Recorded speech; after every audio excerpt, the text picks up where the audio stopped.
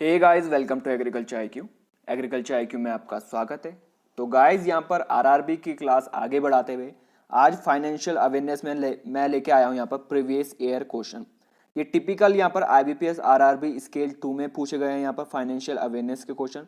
तो देखते हैं यहाँ पर क्या क्या क्वेश्चन आए थे। तो इससे आपको थोड़ा एक रफ आइडिया मिल जाएगा कि हमको यहाँ पर तैयारी किस चीज़ की करनी है यहाँ पर, और कैसे क्वेश्चन यहाँ पर अक्सर यहाँ पर एग्जाम में पूछे जाते हैं।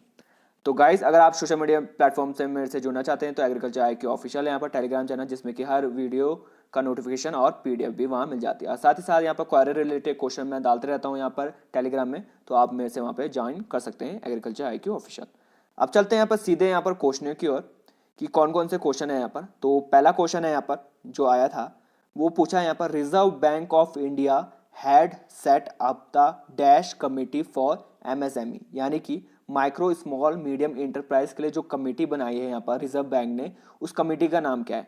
तो वो ये है यहाँ पर UK Sinha committee. UK Sinha committee यहाँ पर आपका सही आंसर है। इस तरीके से यहाँ पर क्वेश्चन पूछे गए थे।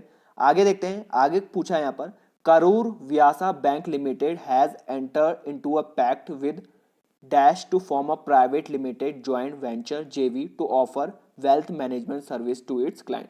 तो सिंपली क्या पूछा है यहाँ पर कि जो करूर व्यासी बैंक है उसने किसके साथ यहाँ पर एक ज्वाइंट वेंचर प्रोग्राम यहाँ पर कोलैब किया है यहाँ पर, जिससे कि वेल्थ मैनेजमेंट यानी कि जो वेल्थ है उसका मैनेजमेंट कर सके यहाँ पर क्लाइंट्स का।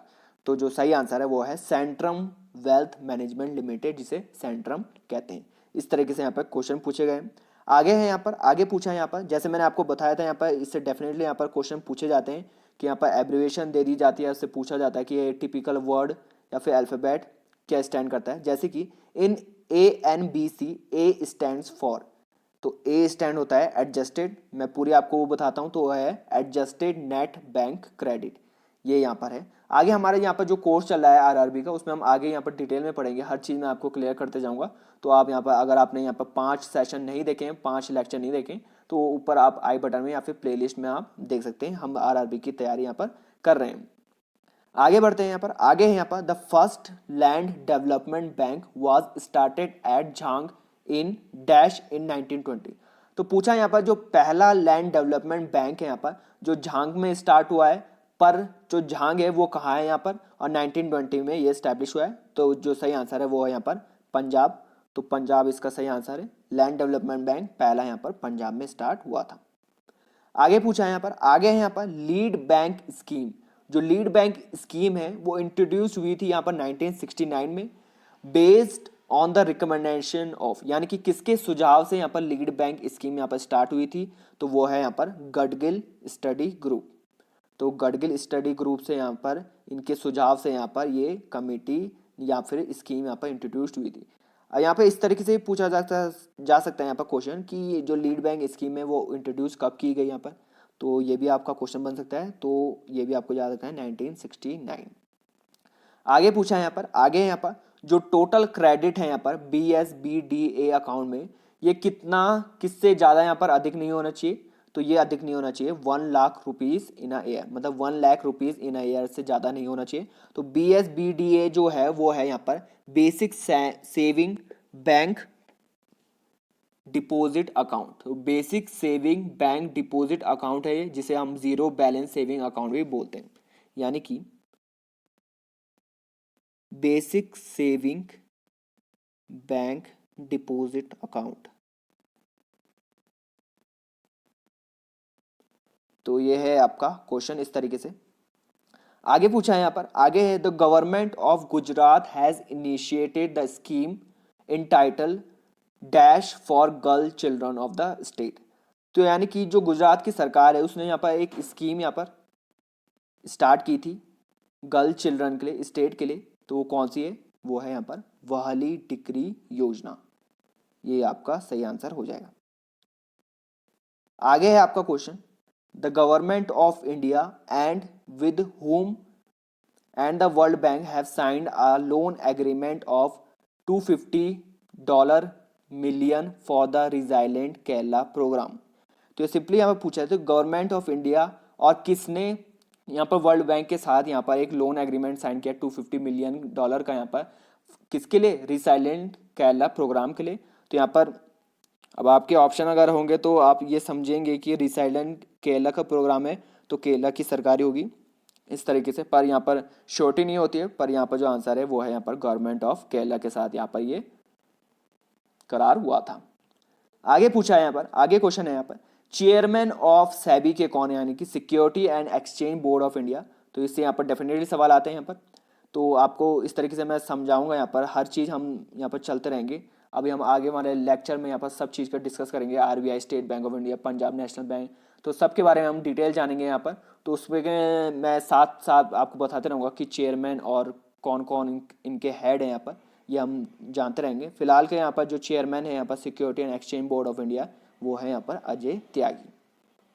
आगे पूछा है यहाँ पर, आगे है आपका monetary policy is policy formulated by the, जो मॉनेटरी पॉलिसी है यहाँ पर वो यहाँ पर फॉर्मुलेट कौन करता है, वो करता है यहाँ पर रिजर्व बैंक ऑफ इंडिया यानी कि आरबीआई। तो आरबीआई से यहाँ पर फॉर्मुलेट करता है। आगे है यहाँ पर, आगे पूछा है यहाँ पर highest denomination note ever printed by RBI was the dash note in 1938 and 1954। जो हाईएस्ट डिनोमिनेशन नोट है यहाँ पर जो कि यहाँ पर प्रिंट किया आरबीआई ने, वो यहाँ पर 1938 और 1954 में किया है यहाँ पर। अब वो कौन सा नोट था यहाँ पर, डिनोमिनेशन सिंपली यहाँ पर जो छूट मूल्य होती है यहाँ पर, जो छूट मूल्य नोट है यहाँ पर वो जो प्रिंट किया है आरबीआई ने, वो कौन सा है, वो यहाँ पर 10,000 का है, 10,000। आगे पूछा है यहाँ पर, आगे है आपका एसबीआई की टैगलाइन पूछी यहाँ पर, simply SBI State Bank of India है जो हमारी, वो इसकी टैगलाइन है banker to every Indian, banker to every Indian, ये आपकी टैगलाइन है। आगे है आपका, आगे पूछा है यहाँ पर PM launched which payment bank at Talkatora stadium in New Delhi on September 1, 2018। तो सिंपली क्या पूछा है यहाँ पर, जो पीएम है यहाँ पर उन्होंने एक लॉन्च किया है यहाँ पर पेमेंट बैंक तलकातोरा में, यहाँ पर स्टेडियम है न्यू दिल्ली में, सितंबर 1, 2018 में। तो यहाँ पर जो पेमेंट बैंक है वो कौन सा है, the India post payment bank, जिसे हम बोलते हैं आईपीपीबी। तो ये है आपका answer, the India post payment bank, ये आपका सही आंसर हो जाएगा। आगे यहाँ पर, आगे पूछा है यहाँ पर the ICICI bank, ICICI bank जो है यहाँ पर उसने लॉन्च किया है यहाँ पर को ब्रांडेड ट्रैवल कार्ड, किसके साथ, यहाँ पर जो आईसीआईसीआई बैंक है यहाँ पर उसने यहाँ पर लॉन्च किया है यहाँ पर को ब्रांडेड ट्रैवल कार्ड, ये किसके साथ, ये है यहाँ पर गो आईबीबो बैंक।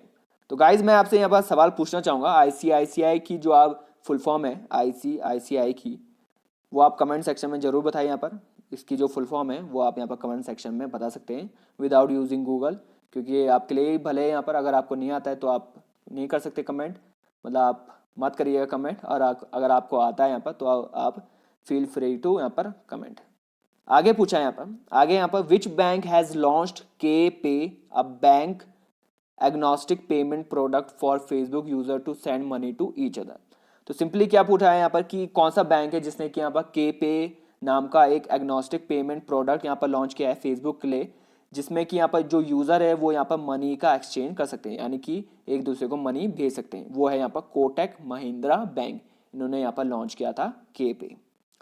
आगे है आपका, आगे क्वेश्चन है यहाँ पर, सिंपली पूछा है यहाँ पर 189th मेंबर कौन सा है यहाँ पर आईएमएफ का, यानी कि इंटरनेशनल मॉनेटरी फंड। तो इसका जो 189 मेंबर है वो है नाउरू, जो कि ओशियाना का पार्ट है यहाँ पर नाउरू। यहाँ पर आईएमएफ के यहाँ पर अगर मैं टोटल मेंबर पूछूँ तो टोटल मेंबर ही भी है यहाँ पर 189 है यहाँ पर अभी तक, और 189 मेंबर ही यहाँ पर पूछा है, यहाँ पर लेटेस्ट पूछा है यहाँ पर, यह है आपका नाउरू। आगे यहाँ पर जो आरबीएल बैंक है उसने यहाँ पर लॉन्च किया है इंडिया का पहला हेल्थ फोकस्ड क्रेडिट कार्ड, यानी कि क्वेश्चन ये था इस तरीके से कि किसने इंडिया का पहला हेल्थ फोकस्ड क्रेडिट कार्ड यहाँ पर लॉन्च किया, वो है आपका आरबीएल बैंक, जिसे हम बोलते हैं यहाँ पर रत्नाकर बैंक, रत्नाकर बैंक जिसे हम बोलते हैं, ये आपका सही आंसर।